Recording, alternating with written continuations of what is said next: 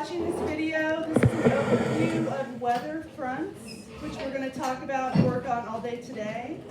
So I need you guys to be quiet. I need you to be turned toward the screen. Antonio, can you please turn toward the screen and watch the video? Chris, just grab a seat. Once I get the video started. Alright, so this video is on Google Classroom, as I mentioned, so you can go back and look at it, but I expect complete silence while you're watching the video right now.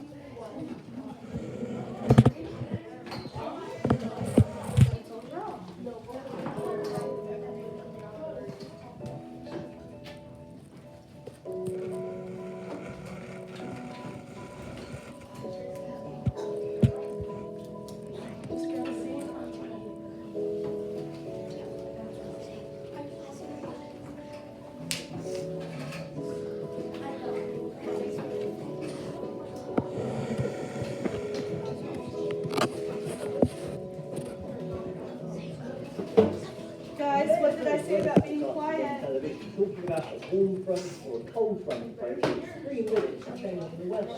So what are they going on? iPad should be What is a closed. weather front and how does it affect our weather? A weather front is the boundary between two bodies of air with different temperature and humidity. These differences depend on where the air has come from on the globe. For example, air sitting over tropical oceans becomes very hot and humid, while in contrast, air over the Arctic becomes very cold and dry. That's logical enough. But what happens somewhere like Britain, where our climate is neither tropically warm and humid, nor polar cold and dry? Over the Atlantic, these warm and cold air masses often mix. Just like oil and water, they don't mix easily and can become unstable as a result, giving us an active area of weather in which fronts form. When air masses first collide, it's impossible to know if we're looking at a warm or a cold front. It's only when one air mass dominates that we can distinguish between the two. If the warm air is stronger than the cold air, then this is called a warm front. You may have seen this on TV, with a line with red semicircles on it. The semicircles point towards the cold air and the direction in which the front is moving. If the cold air has the upper hand, then it's a cold front, which is shown by a line with blue triangles along it. The blue triangles point towards the warm air and again in the direction of moving. But what is happening when two opposing air masses meet, and what kind of weather does each front produce? Guys, you need to be watching the video, you see a please. layer of very high Not cloud beginning talking. to spread across the Thank sky, you. usually from the southwest of Britain. It may mean that a warm front is approaching. Warm air is less dense than cold air, so it tends to ride over the top of cool air it's replacing. Okay, I said iPad's closed. So put them flat. I can't tell.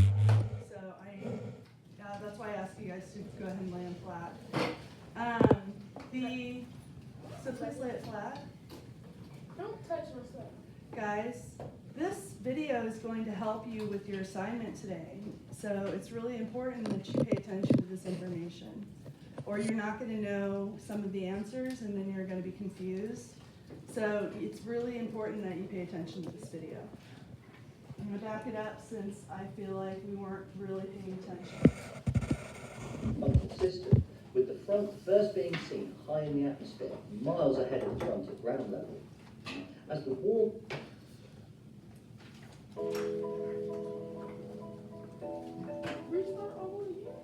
That's because we were not paying attention. So we're going to really pay attention this time.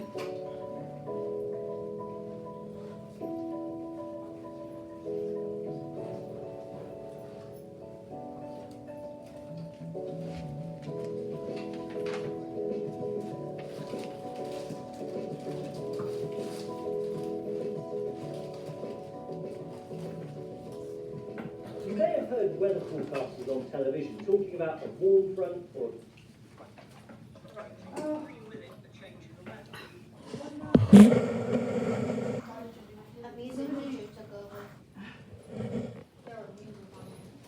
You know, we just will roll with it, right? I can get it back. You guys just bear with me for a second here. Yeah, there is a music teacher that teaches in this classroom, first period, so that makes sense. Really? Yes. What teacher? Mr. Lee. Oh, oh. Does it affect our weather?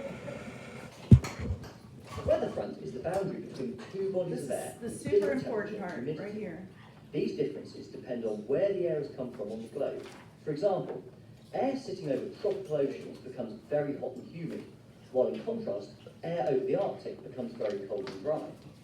That's logical enough, but what happens somewhere like Britain, where our climate is neither tropically warm and humid, nor polar cold and dry?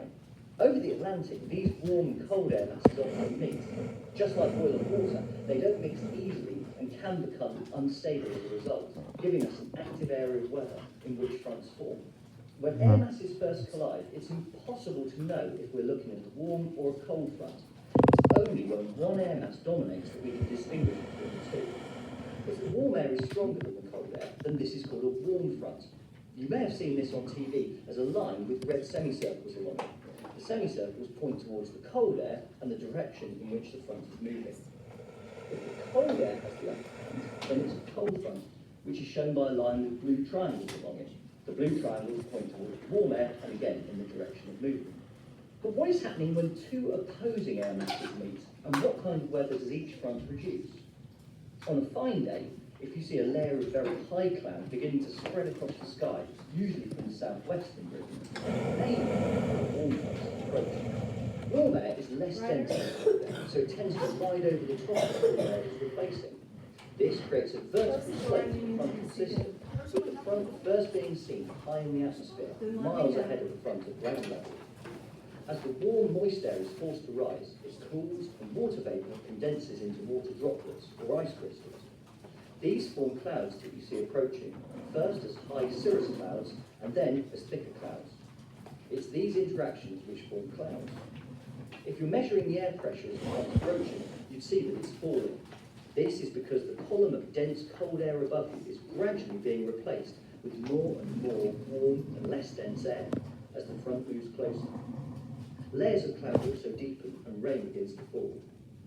A warm front usually produces quite a long period of light and drizzly rain, with a shorter spell of heavy rain at the